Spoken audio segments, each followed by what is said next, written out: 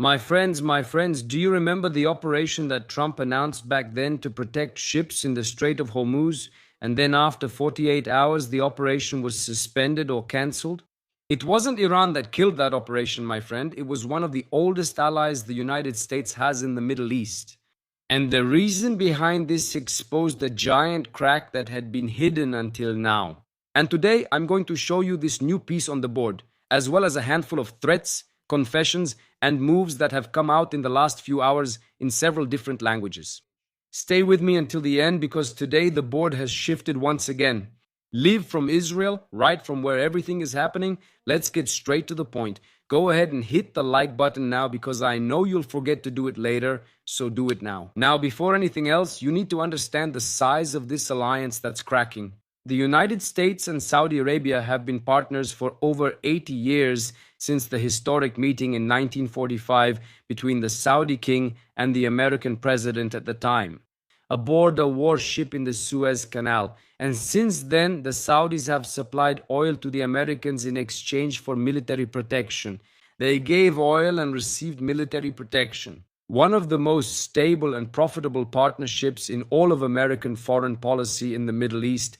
And it was precisely this 80-year partnership that has been visibly damaged in recent days. Back at the beginning of May, for those who remember, Trump launched an operation called Project Freedom. The objective was very clear: to escort commercial ships.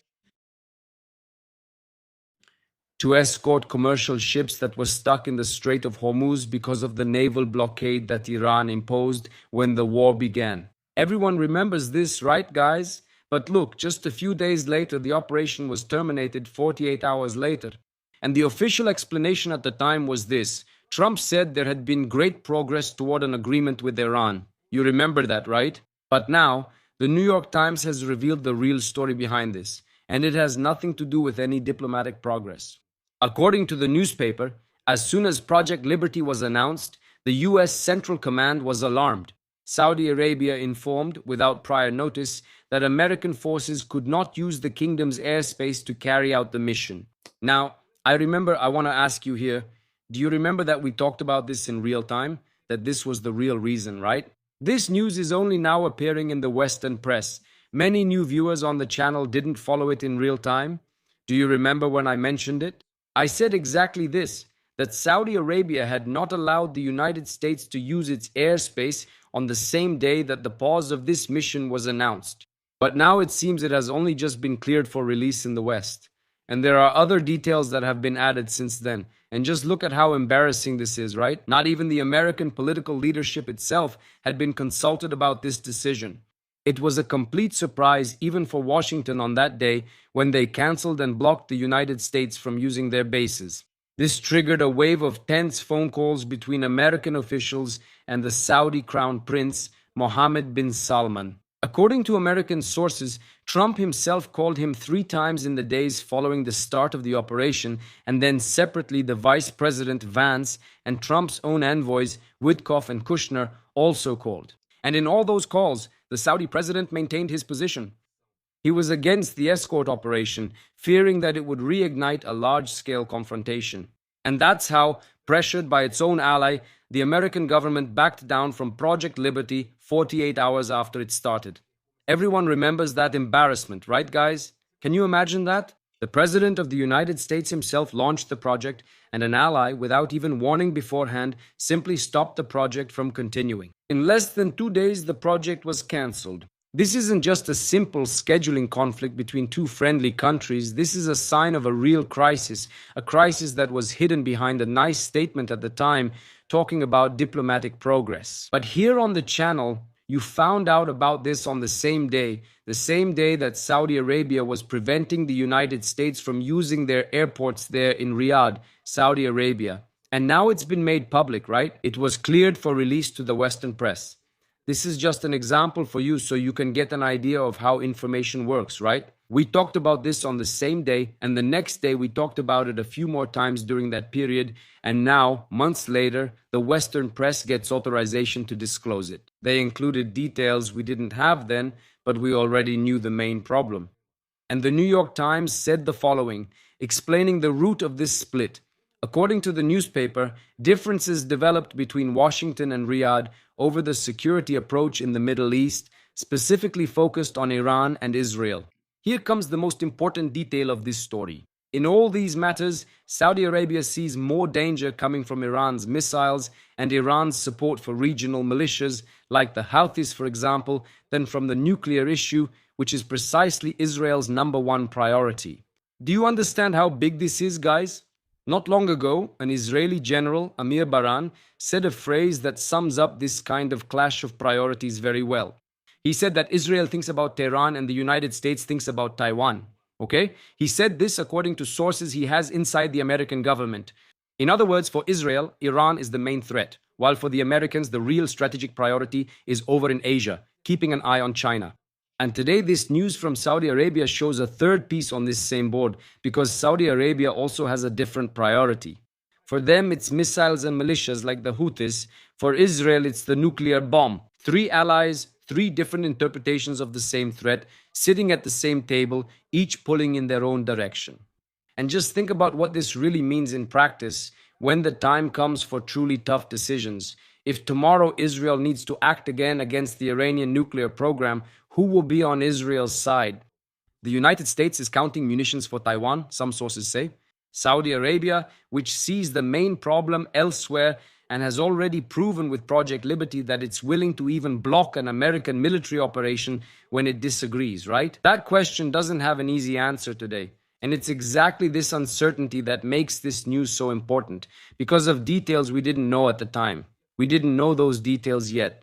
And meanwhile, Saudi Arabia is taking its own initiatives, trying to move away from the agenda that the United States is trying to dictate. Saudi Arabia trying to distance itself, establishing ties with Pakistan and China, and maintaining direct contact with Iran itself. Once again, folks, about the control of the Strait of Hormuz. In addition to the dialogue about Iran's missile arsenals and Iran's support for militias in the region. And there's also a detail here, small but very important in this story. In March, at an investment conference in Miami organized by the Saudis themselves, Trump referred to the Crown Prince disrespectfully in public. And the Saudis didn't forget about that, and it had a big impact in Saudi Arabia. And another proof of the strain in their relationship, last week the American Secretary of State, Marco Rubio, went on what you could call a tour of the Gulf, visiting several countries and skipped Saudi Arabia. Guys, he skipped it. He didn't go to Saudi Arabia. In a region where protocol is everything, that absence spoke louder than any statement. There really is something big dividing these two. And even with all this split, the Saudis keep doing this curious balancing act. Officially, they praised the signing of the agreement between the United States and Iran, calling it important and significant. With the Saudi Arabian foreign minister saying in Austria that this agreement had everything it needed to pave the way to resolve several outstanding issues. But behind these nice words, there's always a much dirtier history, folks. According to reports from Iranian and Western sources, it was Saudi Arabia itself that attacked Iran in May in response to Iranian attacks on Saudi oil facilities during the war.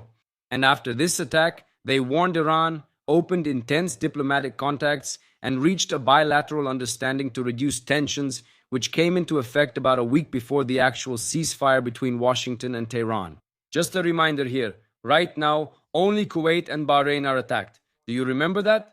The Emirates are out of Iran's sights for now, Qatar is out of their sights, and Saudi Arabia is also out of their sights. Now the targets are Kuwait and Bahrain when any kind of conflict happens in that region. That means Saudi Arabia is playing its own game, separate from the United States game. It makes secret deals with Iran, but also attacks it as needed without consulting Washington. And when the White House was asked about this report, many people were saying that newspaper is left-wing. They were questioned about this report, and they did not deny the disagreement. The spokesperson said that Trump has an excellent relationship with Saudi Arabia, but admitted that in the end, it's the president who makes the decisions based on what is best for Americans. Translating what she said today, yes, there is real friction, and even the United States itself no longer hides this. Remember this episode with Saudi Arabia because it reveals something few consider when discussing war. Everyone says there will be war with Iran again, and that's it. The subject ends there. Just finish this once and for all. But no one stops to ask where these planes are going to take off from, right? Over which country are they going to fly to reach the target all the way over there in Iran? That's why we need to think about this, guys. It's an absurd logistics operation. Who needs authorization along the way, for example? Who?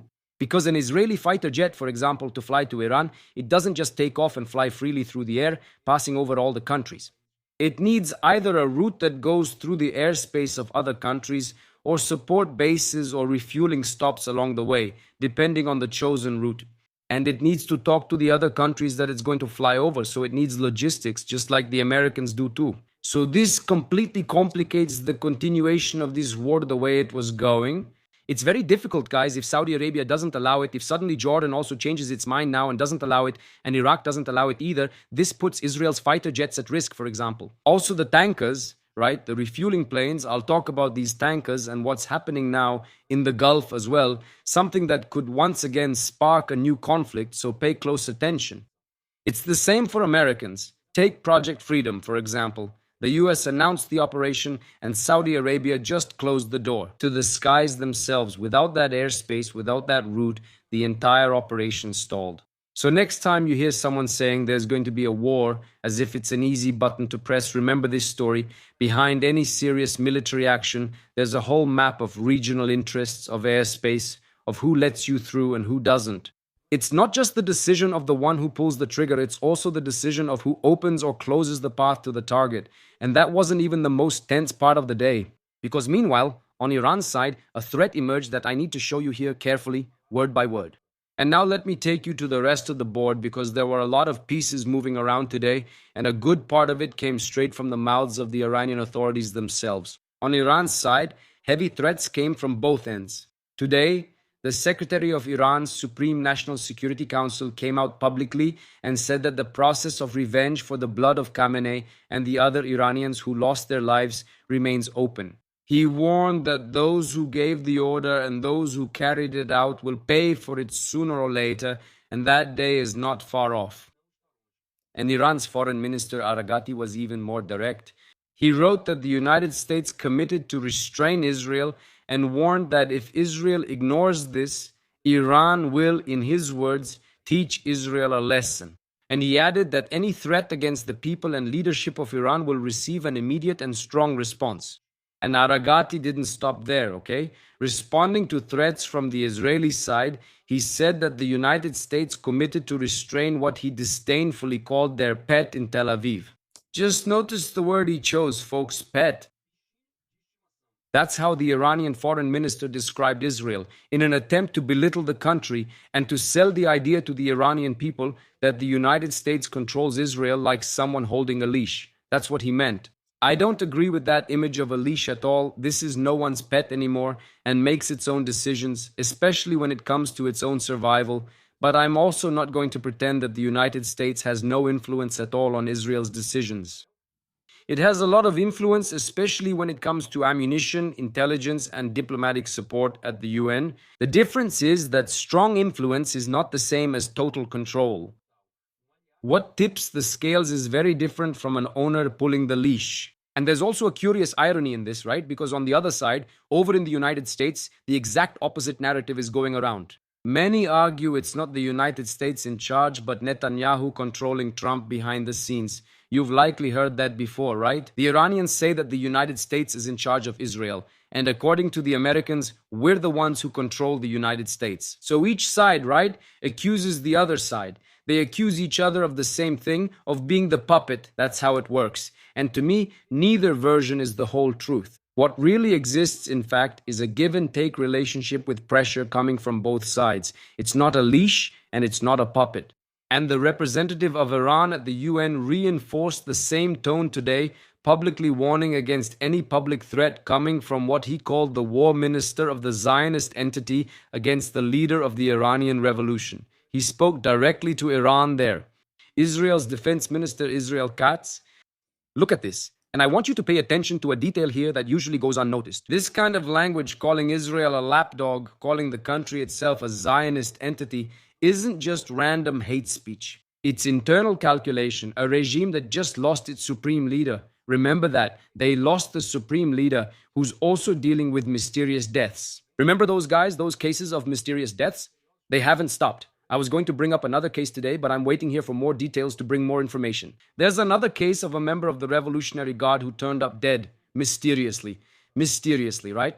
So it's a regime with an economy that maybe has started to breathe a little again these days.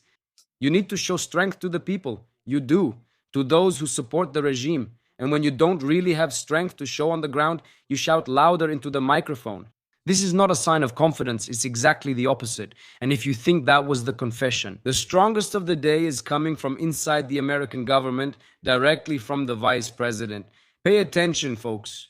But while Iran issues external threats and tries to look strong, there's an American vice president openly admitting what the real game is behind this whole ceasefire. Take a look. Vance, in an interview on a show called Michael's Show, I think that's the name, said the ceasefire with Iran is really a strategic pause to put oil back on the global market. He said that, folks. A strategic pause designed to put oil back on the market.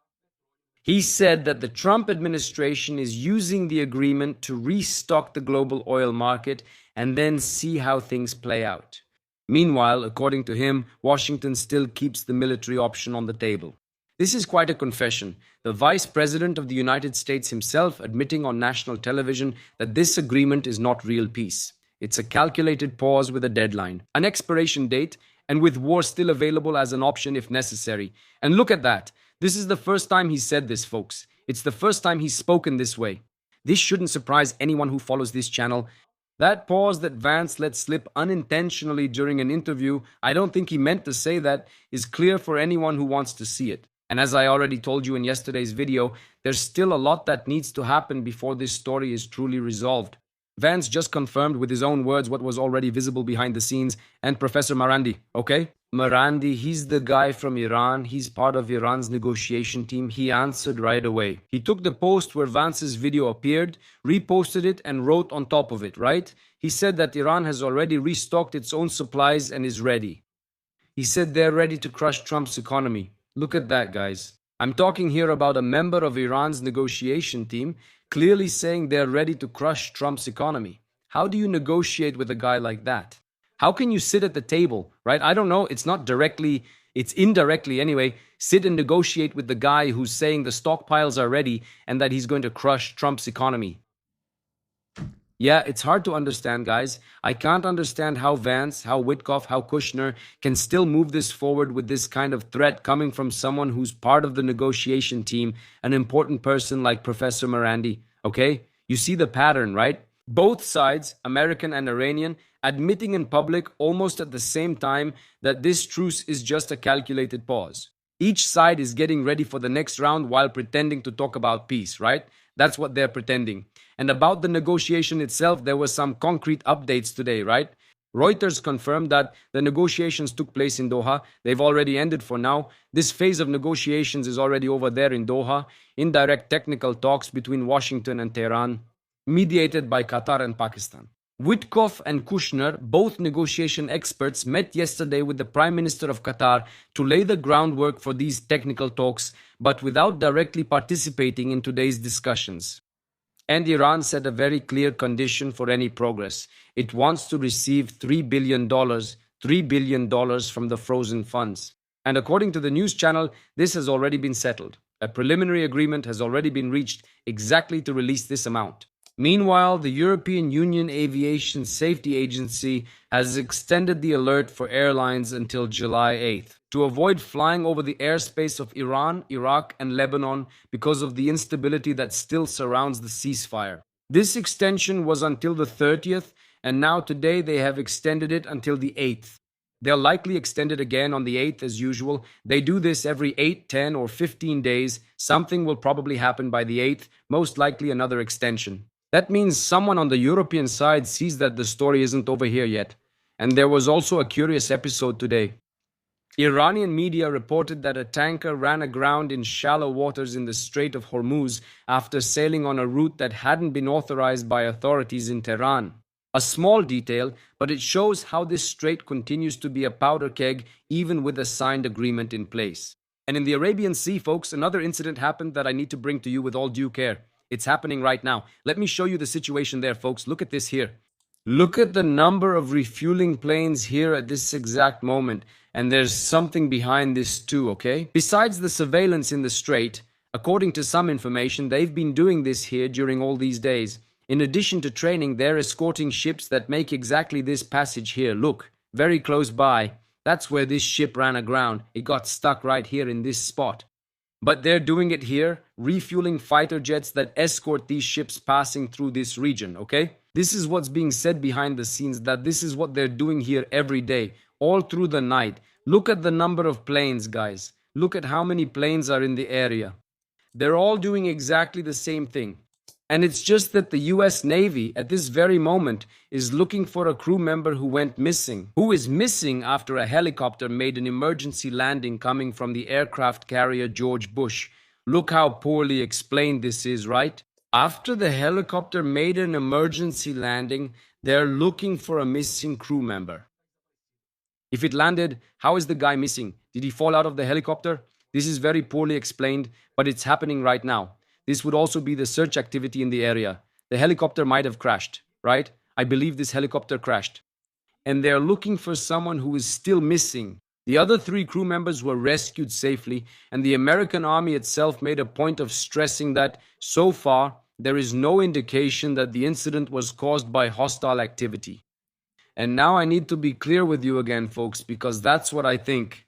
And let's separate here what is confirmed fact. The official version is clear, emergency landing with no sign of attack, but if they made an emergency landing, how are they missing? Of the crew members, how did he fall out of the helicopter? It doesn't make much sense, does it, folks? It doesn't make much sense. That's why I think we had another Iranian attack on a helicopter. We should know the end of this story by tomorrow morning. It takes time for them to admit it. Remember that last time it took almost 2 days for Trump to talk about it and attack Iran 2 days in a row? Do you remember that? Yeah, exactly, Janaina. Another helicopter incident over there in the region right now. I have no proof it was different from what they're saying. It's just my understanding of the situation. Still, I can't avoid raising the question, since this isn't just any moment. We're talking here about an American aircraft going down right in the region where Iran is constantly threatening to close the strait, right in the middle of an escalation of tension in the Gulf. Let me clarify, this is only speculation, with no confirmation. We can't discuss this on YouTube or the channel could be taken down. You remember that episode, right? When you confirm something before they do, they can say this is fake. But that's just my opinion. I don't think it was exactly what they're saying. Could this aircraft have been hit again? I won't claim this as fact, but in today's climate, every coincidence like this at least deserves a question.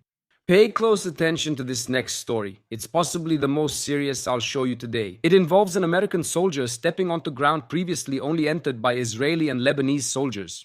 According to the Washington Post, the Pentagon is preparing to send American ground troops to Lebanon. Look, folks, to Lebanon, the stated goal is to help implement the most recent agreement mediated by the Americans themselves between Lebanon and Israel, which requires the disarmament of Hezbollah. I should remind you here that the UNIFIL mission in southern Lebanon has an expiration date. They have to leave. I think by the end of this year, their time is up. Their agreement to stay there ends. Maybe American troops will replace UNIFIL. I'm presenting this here as a theory because it matches exactly with the departure of UNIFIL and the likely arrival of American troops there in southern Lebanon. Okay? This is going to happen. And to ensure the disarmament of Hezbollah, guys, there's no such thing as them entering that region and not getting into direct confrontation with Hezbollah. That doesn't exist, okay? So take note of that, all right? If this is confirmed, it's a major escalation of direct American involvement, moving from diplomacy to putting American boots on Lebanese soil. And it raises a huge question, right? American soldiers on Lebanese soil alongside Israeli soldiers in a region where Iran and Hezbollah have already shown more than once that they don't hesitate to attack American targets when they feel cornered. Consider the contrast between this news and everything I just showed you about Saudi Arabia. On one hand, the Americans pulling back from a naval operation because a Gulf ally didn't allow it, Operation Freedom, right, which was cancelled because of Saudi Arabia. Americans moving to deploy ground troops in Lebanon, a different region, while also pulling back from Saudi Arabia, cancelling or allowing actions and retreating. Muito mais próximo do Hezbollah. It's as if the United States were choosing its own battles with a certain side, Gulf. It's as if the United States were choosing its own battles with a criterion that, on one hand, left aside Operation Freedom, on the other hand, Americans pulling back from Operation Freedom because of Saudi Arabia. And on the other hand, the Gulf ally left, cancelled because of On the other hand side, they left Operation Freedom, which was cancelled because of the Gulf Operation, not Freedom, which is this case here. I still have one last point to show you about Gaza's future and about who will be in charge. Trump's Peace Council. That group over there that you remember, right, that was created to handle the reconstruction of Gaza, responded today at a UN fundraising conference. The UN organized it for UNRWA, that UN agency for Palestinian refugees. And the response was as follows, direct and to the point. They said that UNRWA has no place in the new Gaza, that they are turning a page and leaving behind the permanent cycle of dependency, humanitarian aid, and conflict. And that the people of Gaza deserve more than that. Look at this, folks. This is new. The new UN, with Trump telling the UN, get out of here. You have nothing left to do here in this region. So don't come here to raise money. You don't need to raise money for anyone because it's over, folks. It's a direct message, not just a specific criticism. It's an announcement that the entire model for the reconstruction of Gaza is changing hands, leaving the traditional UN structure and moving to this new structure. Trump's structure, directly linked to Trump, needs to make this clear to the countries funding the reconstruction, which has already been estimated at over $70 billion. While this future project continues to be designed, the present in Gaza remains the same. The Israeli army carried out 2 drone attacks today in Gaza City, and 3 terrorists were eliminated, some in the city center and others near the Sheikh Redwan neighborhood in the northwest of Gaza City. So, put it all together, everything, and the day's picture along with. On paper, there is peace, there is a signed agreement, there is a stable ceasefire with everyone rowing in the same direction. The war on the ground says something else, much more uncomfortable. A longtime ally of the United States killed an operation. We can say that, killed an operation in 48 hours because they disagreed with the approach toward Iran. The American vice president himself admitted in an interview that the ceasefire is just a calculated pause for oil folks to replenish their reserves, to replenish the world, and then go out again on another mission. That makes total sense, folks, total sense. If the problem is oil, let us refill everything again, and when everything is full, we start again. Iran threatens revenge, calls Israel a lapdog, and talks about crushing the American economy. The United States is already preparing boots on the ground in Lebanon, signaling that no one, not even in Washington, believes this calm will last. On paper, it looks stable, but on the ground, things are shifting quickly. There's division among those who should be united. To understand the Middle East, remember today's lesson. Alliance on paper is just a word. On the ground, each ally has their own fear, their own priority, and their own limit to how far they'll go with you. Saudi Arabia went as far as it wanted and didn't go any further. Even against the American president, Israel goes its own way on the priority that matters most to Israel, which is Iran, and the United States plays its own game, taking the whole world into account, not just the Middle East. I'll leave you with 4 things to watch from now on. The first is whether this crisis between Saudi Arabia and the United States will deepen or be smoothed over with another round of tense phone calls and statements from Trump saying there's nothing going on, right, folks? The second is whether the deployment of American troops to Lebanon will actually happen and what that changes in the equation with Hezbollah and the risk of American soldiers becoming targets, because that's a fact, it will happen. If they set foot there, that's going to happen. The third is, without this strategic pause that Vance himself admitted, how long will this hold up before someone on one side or the other decides it's time for the next round? How long is this going to last, folks? And the fourth is, if this change in the Gaza reconstruction model, taking UNRWA out of the center of the game, is really going to happen, who is going to fill that empty space? The mainstream media is going to present this to you as if peace and diplomacy are working perfectly, right? Everything in its place. And I'm showing you what's underneath that facade. An alliance split into 3 pieces, each ally thinking about a different priority, and no one, not even the United States itself, is hiding the fact that this calm has an expiration date. And long live Israel, folks, but those who were here on the channel during that time know that I said it, right, folks? I warned that Saudi Arabia would not have allowed the Americans to use their bases. Who remembers that? Right here in the comments, I remember, or something like that. Thank you, Aguinaldo, for the super sticker. Jose Valdez. Thank you, Val. Thank you for the super sticker, for the super chat. And thank you too, Karen. How are you? Tired. Everyone is tired, Karen. A lot of people are tired.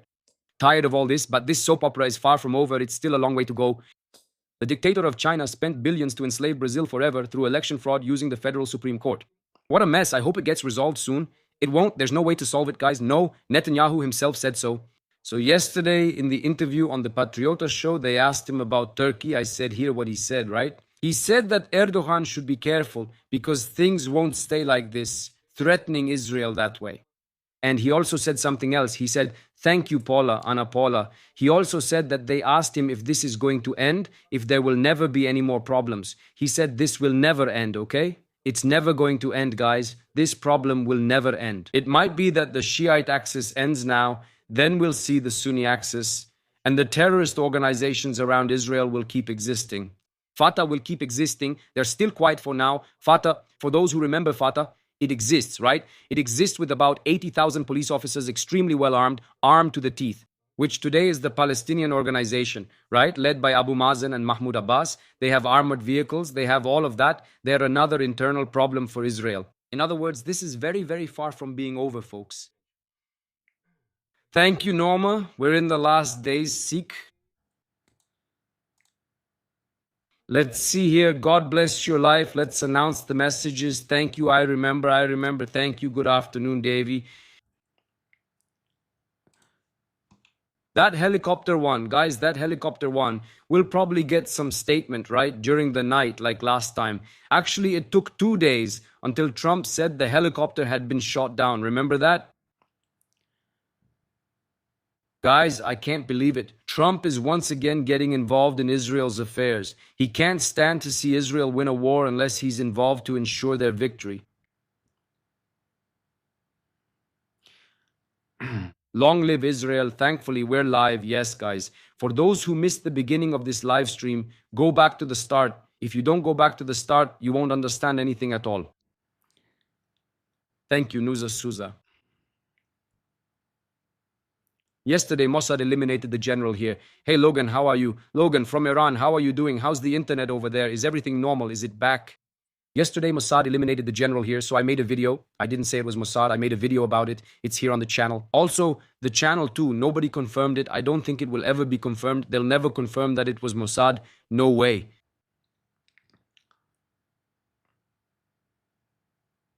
Shalom. Shalom. This pause should never have existed. Today, the problem would already be solved.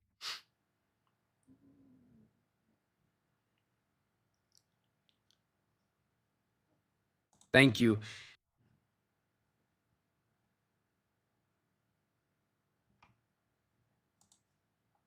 Marco, Shalom, Davi, thank you for the information. Thank you.